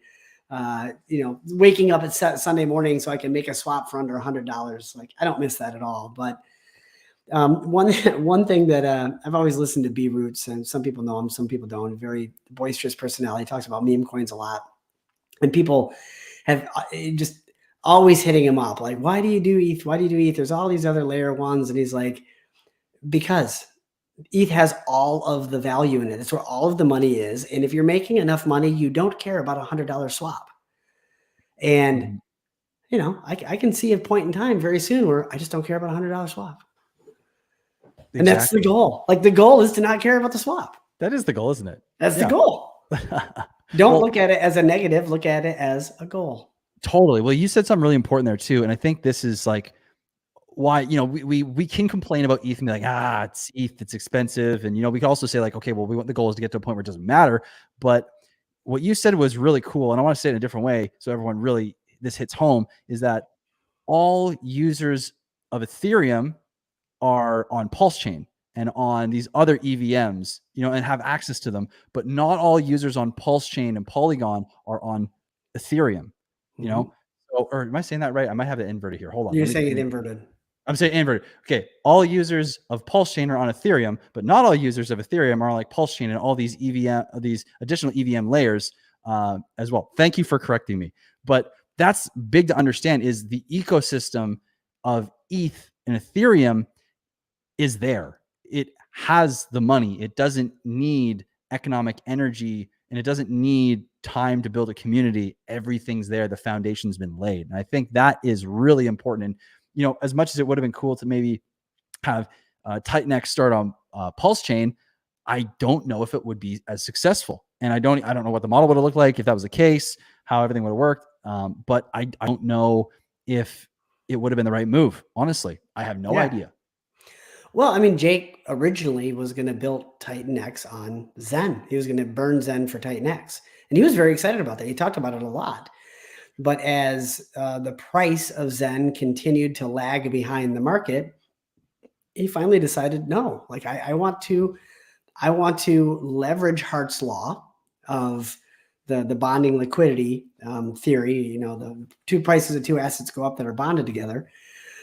He wanted to leverage that, and Zen wasn't going up, and it was becoming too abundant. And we can see that with the DB Zen protocol. Like, people aren't burning for that anymore. Nobody cares. It could come back. It's not a dead horse. I don't know. Maybe it's just taking a nap. We'll see. But so he didn't do it in Zen for that reason. He's like, I want to go where the money is. And the same thing with PulseChain. I mean, right now, or at least a month ago when TITANX launched, he said, look, because somebody was giving a hard time on one of my streams with him. He's like, look, you know, TITANX launched 4 days ago, and in 1 day, it did a sixth of the amount of volume as the entire freaking PulseChain ecosystem. You know, 1 day it did $2 million, and PulseChain did $8 million. He's like, if I want to sell a high-end watch, I go to a rich neighborhood where there's a mall where there's 10,000 people. I don't go to bumfuck Egypt and go to a thrift shop and try to sell it. You go where the money is. And the sad reality is that's Ethereum. And just like a high-end mall, you pay higher rents to be there. That's okay, because that's where the money is. Exactly. No, I think you nailed it. I think it was a great decision to end up on Ethereum, and I think we're going to see that. You know, what I can say is it wouldn't surprise me to when different ecosystems are linked to Titan. It will not surprise me when that comes. In terms of, if we go back to the question of, you know, what projects would I like to see? It wouldn't shock me when there is a multitude of avenues and different even chains that you could potentially, you know, bring Titan to, because Titan is like an L1 on an L1, you know? Yeah. So that's the cool thing to think about, is where can that go? And I foresee some pretty cool stuff. So, you know, in terms of building, I would be paying very close attention to all the projects coming out, guys, because I mean, Hyper is one of them. And, you know, maybe we should spend a little bit of time talking about Hyper and TITANX, because I'm seeing a lot of people talking about, like, what's the game theory? Where is it here? Will there be a TITANX on PulseChain? So I have a thought on that. I personally, I don't know, because that's up to Jake to, if he wants to deploy it on PulseChain. He said more than once, most likely not. Like, at this point, it's doing well enough. Why? But what I can see is for lack of better terms, TITANX copy, or something with very, very similar game mechanics on PulseChain. There's a lot of incredibly talented developers over there, and this is a system that is proving to work. To your point earlier, though, will it have the same results when protocol fees are so low on PulseChain? Like, there is a value to the expense of operating on Ethereum. We'll see. But so yeah, I don't expect it to, but I do expect some copycats, for no better term, of course, to come out, and they could do well. The question about, and you just kind of answered that, about what type of protocols you'd like to see. Did you answer that directly? Like, what would you like to see? I mean, first of all, I think, you know, the Hyper is going to be immensely powerful for the ecosystem. But I think, honestly, what I would like to see is just protocols coming to market that are built on Titan. They don't have to be incredibly sophisticated. They don't have to be anything crazy, but just getting things that are worth people's time and economic energy to participate in. If it burns TITANX and you get some sort of upside from it, I think is important to get that part of the system going. And it doesn't have to be anything sophisticated. It can be, you know, it can be a slightly different version of Hyper. It can be I don't, man, anything really. It could be something super simple. Nothing comes to mind off of the cuff. I mean, you could have a protocol that is specifically based off of, and this is literally just an idea here, but what if you had an inverse relationship to the amount of miners or the amount of ETH coming in per day for miners to rewards for stakers of a protocol, and the only way you could mint it was to burn your TITANX. So basically the way this would work potentially would be you'd have something like, you have a cool relationship where when demand for Titan goes down and probably price, people are selling, no one really wants to mine, you could burn your TITANX for this thing and get more yield, more rewards, which gets a demand for TITANX back going again, because you have to either have to mine it, you have to buy it, you have to do something with it to get it. So basically some sort of thing that has an inverted relationship playing off the mechanics. So that way you are constantly engaging with the demand and propping up the demand for TITANX. Anything that does that, which is kind of what Hyper does in a way too, as far as what we know about it. So, I mean, what do you think as well? Is there anything specific like you're looking for or anything like that? I would love to see developers use the same liquidity burning mechanics that live already in TITANX. I think that this is a part of the game theory that makes it so good. And we saw on the PulseChain ecosystem this play out early on with the whole Atropa. Did you play the Atropa game? The Atropa coin that went up, and then there was the P die, and there was Teddy Bear, and there was all these coins that were tied together through liquidity pairs, and all of the liquidity was burned. It was just burn. So as trading happened, supply got less of all of those particular tokens. And one thing you can't deny about Ethereum is this is a bad thing in my opinion. It is riddled with bots, trading bots. Well, if you are burning all liquidity, let the bots rip, because they're helping to reduce the supply. So whether it's a meme coin, I want to see it tied to, like, the initial liquidity pool needs to be sizable and it needs to be burned. And sometimes that's not attractive to developers because they make money in the liquidity pools. But if you echo the sentiments that have made this successful in their protocols, then it's going to continue the success. So if when you trade, let's just call it the making crypto fun again meme that's built on TITANX, every time you trade it, it burns the meme and it burns Titan. So there's another avenue to take Titan off the market. And every time there's a protocol fee to get into it, whether it's just small, $10, it doesn't need to be much. 50% of that goes to burning Titan, so it creates another buy and burn, and 50% of it goes to burning the meme itself. Just continue with the things that have made Titan successful and amplify it. So there's room for a meme. You could have a reflection token that pays out in Titan instead of whatever the name of the token is going to be, and it just needs to be similar game mechanics to carry the banner of the ecosystem.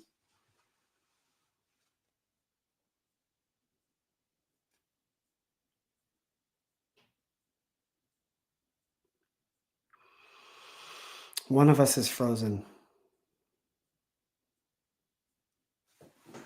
Let's see if it's me. We'll find out. So chat, if you can hear me, give me a thumbs up. One of us is frozen. It's either me or it's Steve. Please let me know.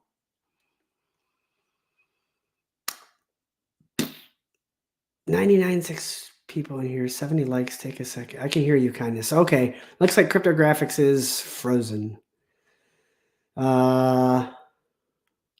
Somebody put 333 in the chat, please.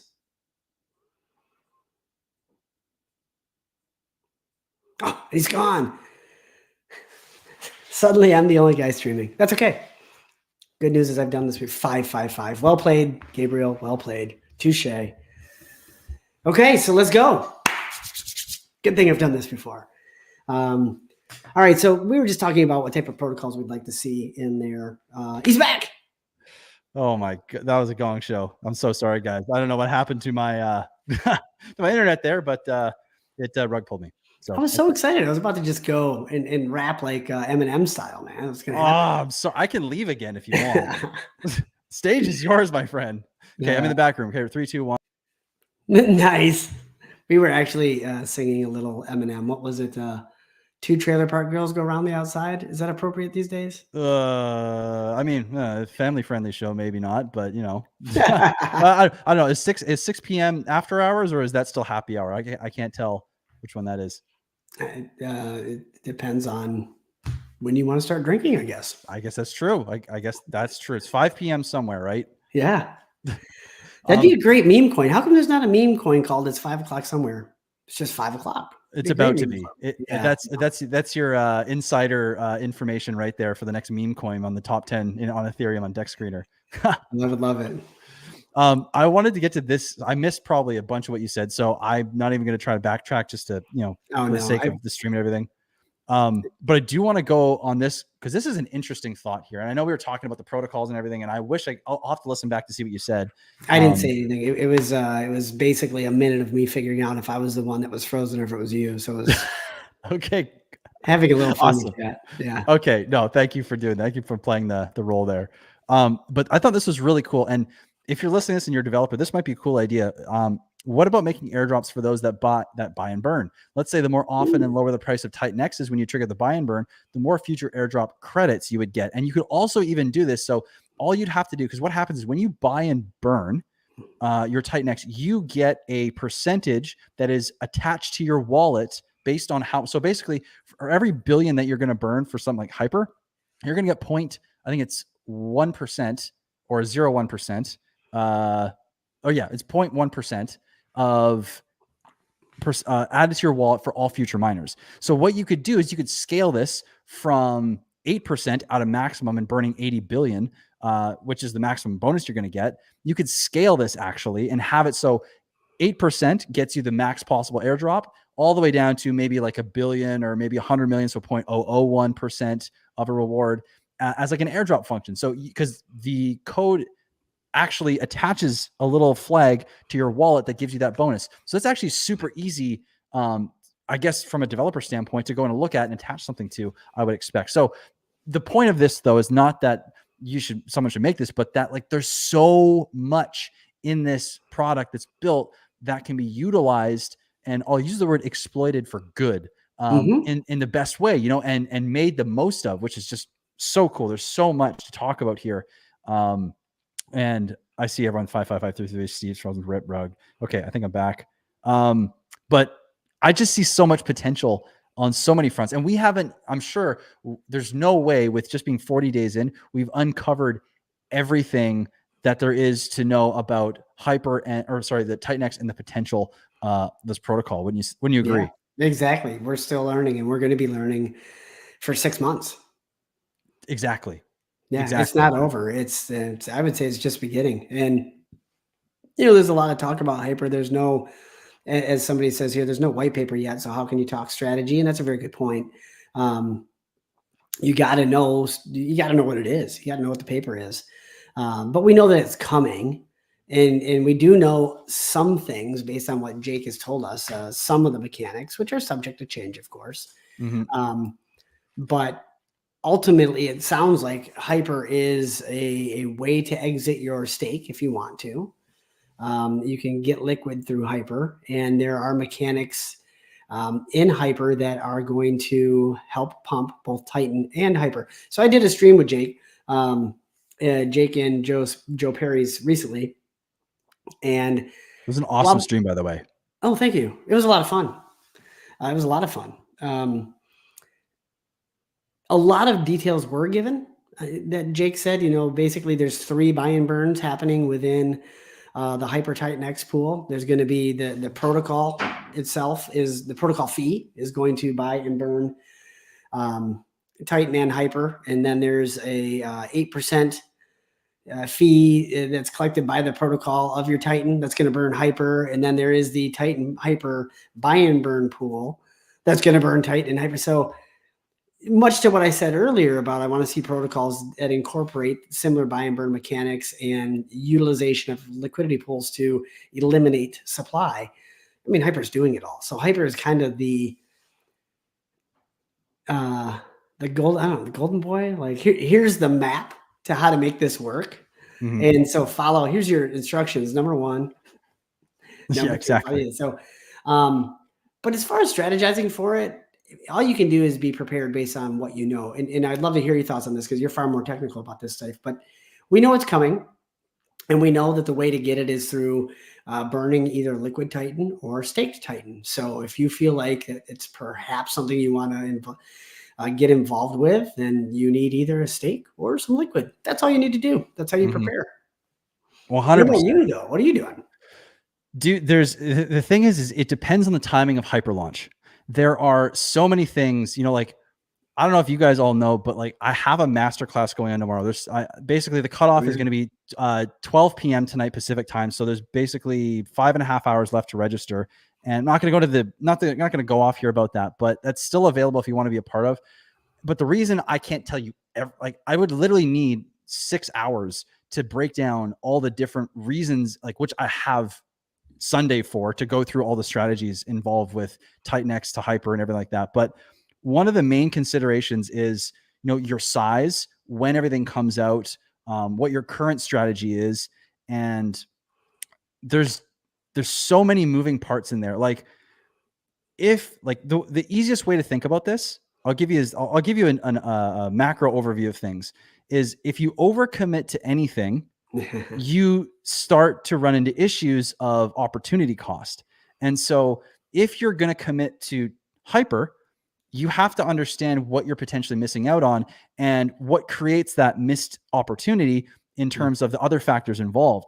And you have to have a very, very high level understanding of all these moving parts. So what I would say is, my main strategy going into hyper is to be set up in a way that based on my size, I can have exposure to the highest ROI places and still have exposure to places where if the high ROI ends, those will start to come up in their ability to perform, which should offset.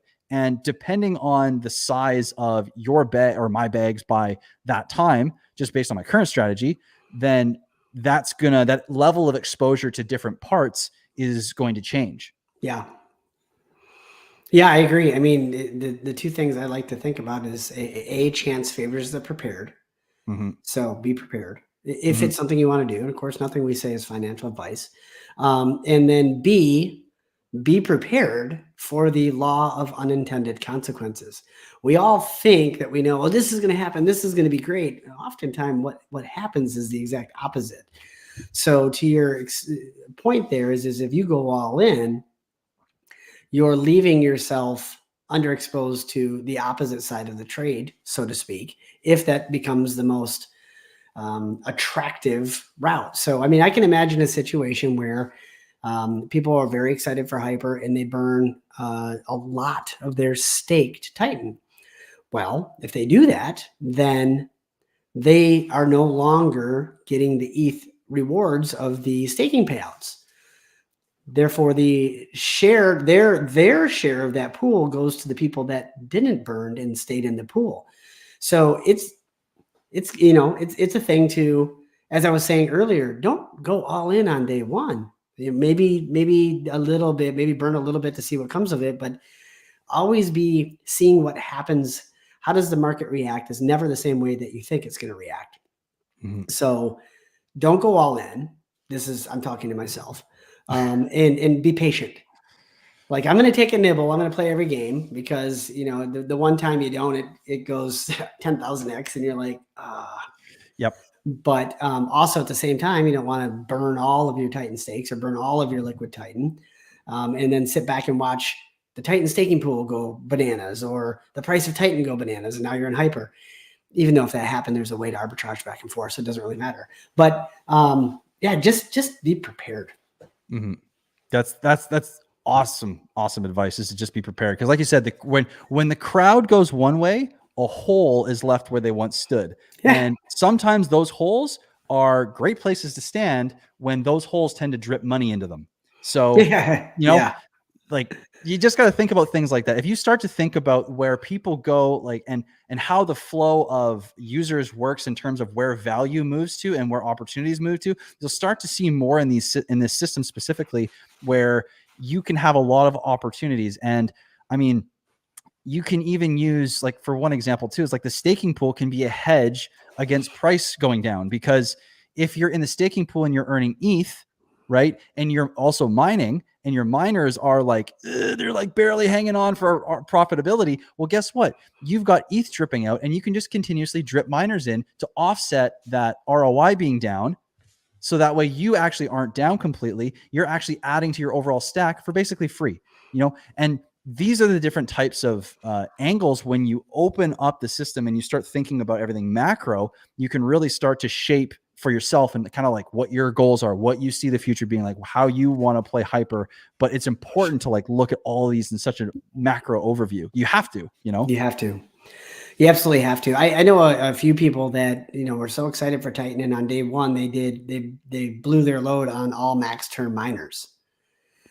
And then they're sitting there watching this price go crazy and people making all this money. And it's like, oh man, just take it easy. Like, just, maybe one or two max term, maybe one or two one day. Like, I did 1 day miners, and that was about the best decision I've made in crypto. That's so cool. Yeah. Cause I watched that happen with Zen. It was a direct lesson. Like, Zen taught me how to be successful in hyper. That's so cool. And at least I'm happy that I paid attention. That's cool. You basically went to the school of TITANX before it was labeled the school of TITANX. That's exactly right. Exactly. That's cool. That's cool. It had the big X there. The X was in the logo. It's right there. It's right there. It's sitting there. And I, there could be similar things that happen with hyper. Like, so yeah, I mean, how am I going to play it? Based on what I know now, I'm going to have liquid available, and I'm willing to commit maybe a quarter of my stake Titan, but I certainly am not going to burn all my stake Titan, because I want to see what happens. Mm-hmm. Mm-hmm. Yeah. And that is the way to do it. I'd rather miss out on a little bit to not go all in on something that doesn't work out, because I've done that game a lot. That's not fun. Mm-hmm. Yeah. I feel your pain on that one. I really feel your pain on that one. Well, hey man, I got like 8 more minutes before I got to bounce. So I wanted to give you a fair heads up, but let's wrap up questions. And of course, obviously I can jump off. You keep going with these guys. It looks like there's a lot of people engaged, which is awesome. That is awesome. And it's, no problem. 8 minutes is perfect. I was just thinking, like, I still got some stuff left to do with like the course and stuff for Sunday. But I think there's one really cool question here. And by the way, AJ, shout out to you, man. This is the school of TITANX. I love that. Yeah. I love that. That's cool. Hexatitan. I mean, AJ, I see your question too. Let's see if I can get to both these. I'll start with Hexatitan, just because I think this is a really interesting one. Are green candles the best way to onboard? All I've been doing is memes, clipping TITANX streams and AI art, and replying to crypto influencers. What's your thoughts on something like that? To onboard new people into TITANX, it is a good question. At the end of the day, green candles is the only thing people care about. I know a lot of people, I don't think as many people would admit why they're in crypto as to why they're in crypto. Everybody will say, I'm in it for the tech, or I believe in decentralization. Oh, crap. You came here for the money. You came here because a neighbor of yours told you about how they made $1 million on a freaking dog coin. And then you learn something and you see some value in it, but we're all in it for the money. And TITANX started out slow until people started putting up screenshots of how much they were making, and the ETH drips and all this type of stuff. So nothing onboards better than green candles. Period. I don't care how good your story is. If you're saving orphans in Africa, if it's red, that's too bad for those orphans. I mean, that's what people say. It's terrible. Green candles on board better than anything. A good knowledge base of how this works. So, if you are onboarding somebody and just, hey, I earned ETH in my staking rewards. How's your coin doing? Or replying to other influencers. It's tough. I can tell you as somebody that has a YouTube channel, I get a lot of replies on, people always will reply to some of my comments with some random coin, and that's a hard way to do it. It really is, because it's like, I get 45 of those a day. I'm not going to look into every coin. You have a better chance of sending a DM and say, hey, I know you're talking about this type of stuff. Take a quick look. And then don't just tell them, take a look at TITANX. Give them the website. Tell them, hey, I made 3 ETH in staking or whatever it was.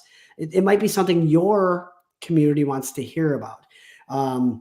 It's a doxed founder. It's a fair launch. Like, sell the actual value drive of TITANX I think is going to go a lot farther, because I read my DMs, but I don't read a lot of comments. That's my thought. What do you think? I think what you said is completely valid. Like, the green candles, success breeds excitement. Excitement is infectious. That's exactly right. And that's the thing.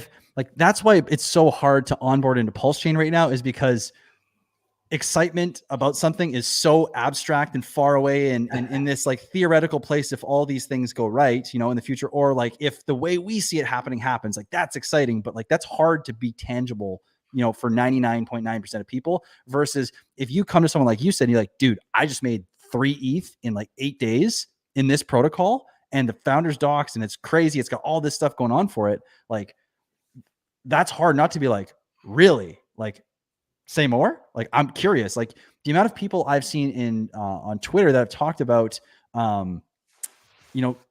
onboarding their friends for the first time into crypto through their excitement for, and sharing them what's going on for them. Like, there's a lot to be said for that. And I think that is going to be the way that is going to be onboarding, which Titan, I think, is going to have that plus going for it for quite a while, because even if the prices are down, you're still earning ETH. The staking pool doesn't care about what dollar value your Titan's worth. It cares about your portion of the pool. So you can still, you're like 10 billion TITANX could be worth less than $1,000. And that could still pull in 1 or 2 or 3 ETH, depending on what the rest of the pool has been doing. If anyone's still buying, Exactly. TITANX doesn't need to be worth a ton for you to still pull a ton of money out of the staking pool, depending on how everything else is going, right? Exactly. So that's the cool thing. There's a lot of ways in this system to find success. And I think that's ultimately the best way, and also Hex Titan, you can absolutely clip any of these streams, to get them on the interwebs and, promote and do what you do, because you make awesome little clips. So thank you for that. I just thought of something. So Hex Titan, if you're still listening, I'll give you a suggestion. It's always better to reference somebody that is well known in the industry, and few people are better known than Ivan on Tech. Ivan on Tech actually had a guest on a show 2 or 3 days ago, and the guest asked Ivan about TITANX, and they talked about it. Both of them didn't know much about it, but they actually talked about it. And Ivan doesn't talk about anything. So my guess is that he had done some research ahead of time. So you have a great skill in clipping. Find that, clip it, and then reference it if you want to onboard somebody, in a comment that holds more water. In a comment like, hey, I just made 0.5 ETH in 5 days on this protocol. Fair launch, which is a buzzword that Ivan's talking a lot about these days, is fair crypto launches. Ivan on Tech is talking about it. Take a look at this clip. Like, make it easy for them. He doesn't want to have to go do research. He doesn't want to have to look up a contact address and do all this type of stuff. Boom, website, boom, founder, boom, clip of somebody that's a big name in crypto talking about it. Your audience should be in this. Like, boom, done. You actually get a look. That is, I think that's sage advice. That's awesome. I love that idea. I think that's profound in terms of how it would impact anyone that views it, that knows anything about even crypto YouTubers. It's like, oh, that's Ivan. He holds weight. Like you said, he holds weight. I know you also we're getting up on time here, and I want to make sure we probably got like a minute left before I want to get you off here. But I do, because I'm seeing a few comments that have come through asking for guides and stuff, step-by-step tutorials. I've got a lot of content on this channel. I think you've got lots on yours, streams and everything.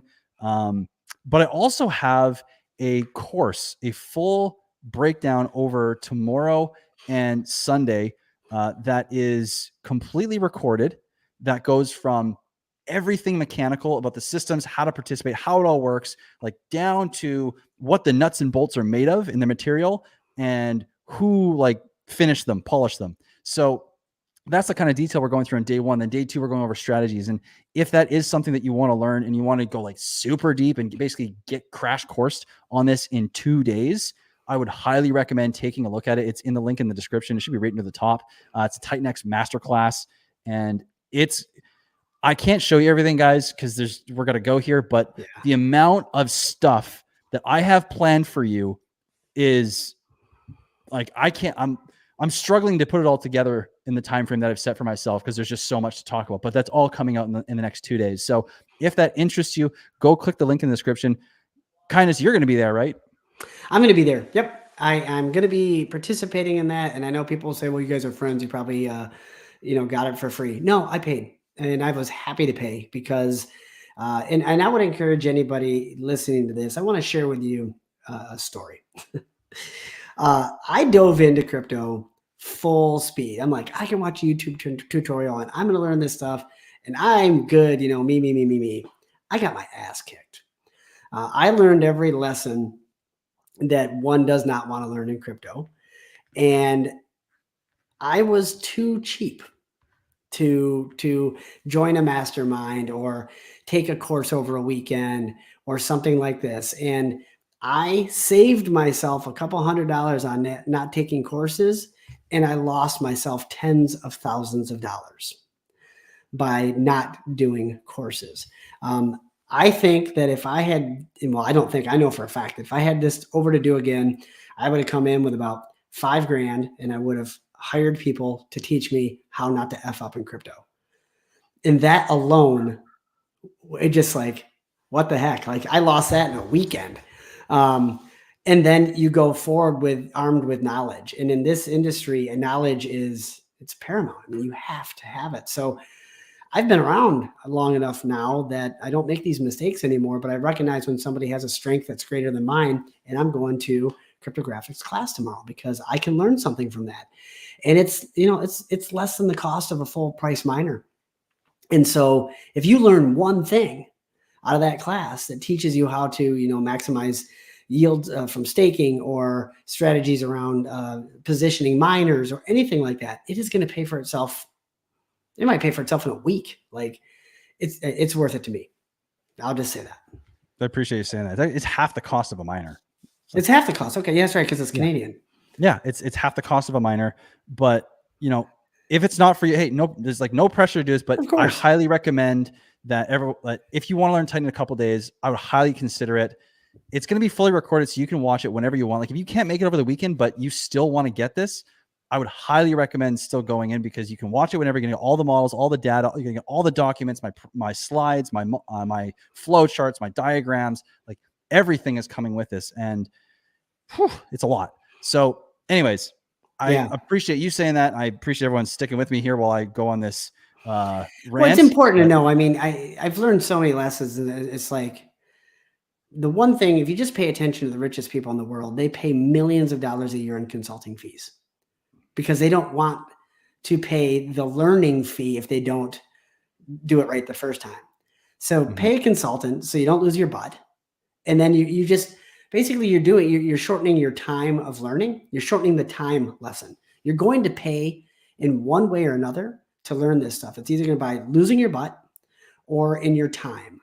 So shortening your time period to learning how to navigate DeFi is going to make you far more money than trying to learn it on your own and saving $500.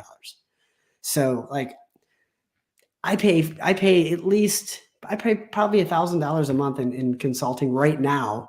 And at this point, I feel like I know crypto pretty well, but I don't do this thing anymore where I'm like, oh, I'll figure that out. Like if I watch a stream and somebody's like, you need to be doing this, I'll just send them a message. I'm like, hey man, can I hire you for an hour? And I want you to teach me that. And then that way I also bring more value to my clients because I do one-on-one consulting because I don't want people to make the same mistakes I have. And it's so much fun. I don't know about you. I know you do the same thing, but it is so much fun getting texts from people like, oh my God, I just did this and it worked. And I never would have known how to do that if you hadn't shown me this. And like, I've become good friends with these. It's so cool. I'm just having a blast. Oh yeah. It's so much fun. I totally went off on that, but whatever. No, I'm glad you did because it's true though. Like it is a way to fast track things. And then for the consulting stuff, it's a blast. That's been so much fun. The amount of people I've met that I'm very close with now that, again, going back to the whole people or the networking and the people you meet in here are more important. Like it's been so great to be able to see people, learn and get educated. And then with Titan now, everyone's getting excited again because there's something to get excited about finally. It's a lot of fun. So Yeah. on that note, though, I know we're like probably 5 or so minutes past when you wanted to be off. So I appreciate that. I also just want to say real quick, thank you for signing up. Yeah, cool. I'm excited to see you there tomorrow. It's going to be a blast. Tiffany, if you want to book a call, perfect. Again, it's this class is recorded completely if you want to do that, but if you want to do a one-on-one personally, also cool. If you want to get an overview, it's not nearly as detailed, but 15-minute kind of macro overview, I have some tutorials as well. So check all that out. And thank you all for being here. Most importantly, Mr. Kindness, thank you for being here. It's an honor to finally have you on the channel. My God, I'm sorry it took so long. My pleasure. That happens. This is going to be a fun year. I think you and I are going to have a lot of fun. We'll definitely do this again. Absolutely. Yeah. This is the first of many. And I would like to say this, your white legend, my man, legend. Thank you. I say the same to you. Everybody in the chat, thank you for being here. Appreciate the questions. Appreciate the engagement. I can speak for myself 100%, but I know the same for cryptographics. We do this for you. We do it for you, and it's great. It's fun to engage with you. It's when someone asks a question and we're able to answer and help, it's a blast. We do it for you. So we appreciate you being here, and yeah, much love, man. I'm going to bounce until we meet again, my friend. All right, man. Well, thank you for being here. I'll stand for a minute or two longer with the chat and just ease them off. But thank you, man. Enjoy your night. We'll talk. My pleasure. Soon. You too. Yep. Bye. See you, brother. All right, guys. It's just us now. So thank you for being here. We got about 80 of you left in here. I hope you guys learned something. I know we kind of went a little vague at times, but meandered around. But I hope you guys learned something. Expect to stream, hopefully, again soon here. And again, courses there. I do one-on-one calls. I think I saw someone that said, but the book I have originally, the crypto investing practical hand guide, there should be a link in the description there if you want to check that out. It's more PulseChain related, HEX, Hedron, Icosa, and it goes through a whole bunch of basic stuff as well. There's an audio book and Kindle as well for that. So go check that stuff out. But again, the course is done and you can't get it anymore after 12 p.m. Pacific time tonight. So it's 3 a.m. Eastern time. So there's a deadline for that. If you want to get in, go do it. Fully recorded. The amount of stuff I have is crazy. But that's all I'm going to say. Thank you guys for being here. AJ, Tiffany, Refine, Shane, and the list goes on. Hexatitan, everyone, thank you for being here. I appreciate you guys, and I had a lot of fun hanging out with you guys again. Have a great night. Have a great weekend. And like Shane said, let's make some money. Have a great stream. Have a great weekend, guys. We'll see you very soon.